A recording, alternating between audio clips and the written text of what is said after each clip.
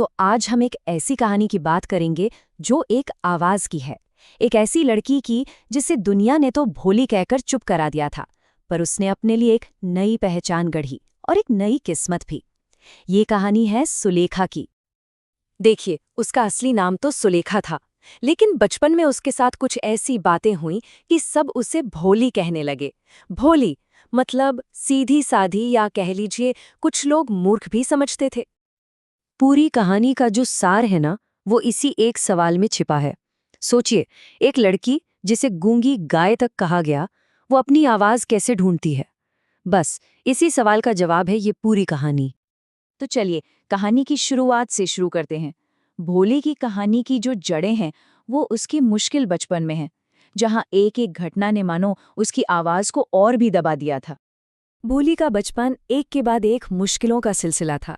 जब वो सिर्फ 10 महीने की थी, गिरने से दिमाग पर चोट लगी। फिर चेचक ने चेहरे पर दाग छोड़ दिए, और इन सबका असर ये हुआ कि उसे हकलाने की आदत पड़ गई। नतीजा, बच्चे मजाक उड़ाते और घरवाले भी ध्यान नहीं देते थे। उसे पहनने को अपनी बहनों के पुराने कपड़े ही मिलते थे, और ये शब्द किसी और के नहीं, बल्कि उसके अपने पिता रामलाल के थे। सोचिए, यही उसकी असलियत थी।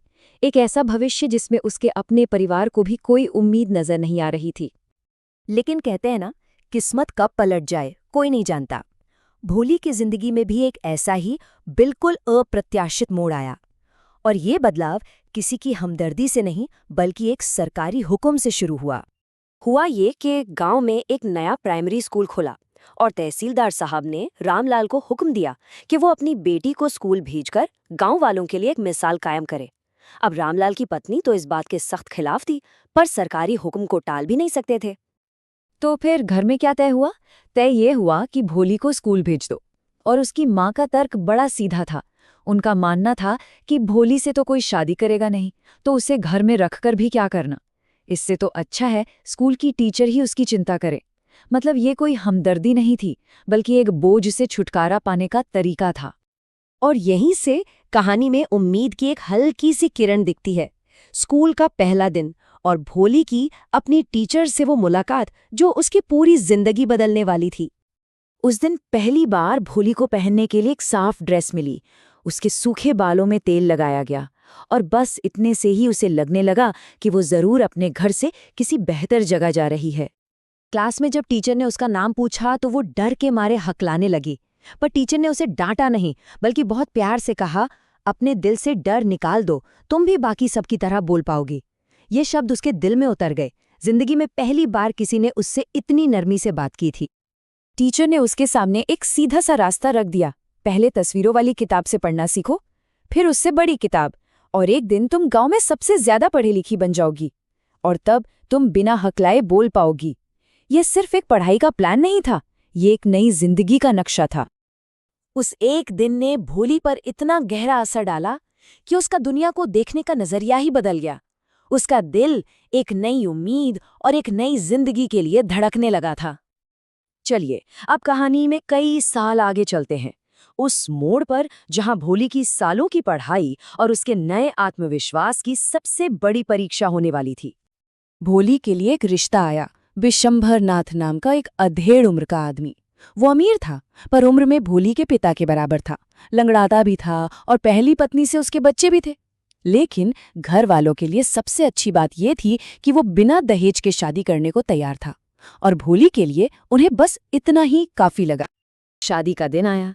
विशंभर बड़ी धूमधाम से बारात लेकर पहुंचा, लेकिन जयमाला के वक्त किसी ने भोली का घूंघट पीछे कर दिया, और जैसे ही विशंभर ने उसके चेहरे पर चेचक के दाग देखे, उसने शादी से इनकार कर दिया और मांग रखी 5,000 रुपए दहेज के। बेचारे रामलाल ने अपनी पगड़ी उतार कर रोते हुए पैसे उसके पैरों में रख दिए। और यहीं कहानी का वो मोड़ आता है जहां वो डरी सहमी भोली गायब हो जाती है, और उसकी जगह लेती है एक आत्मविश्वासी, साफ बोलने वाली सुलेखा।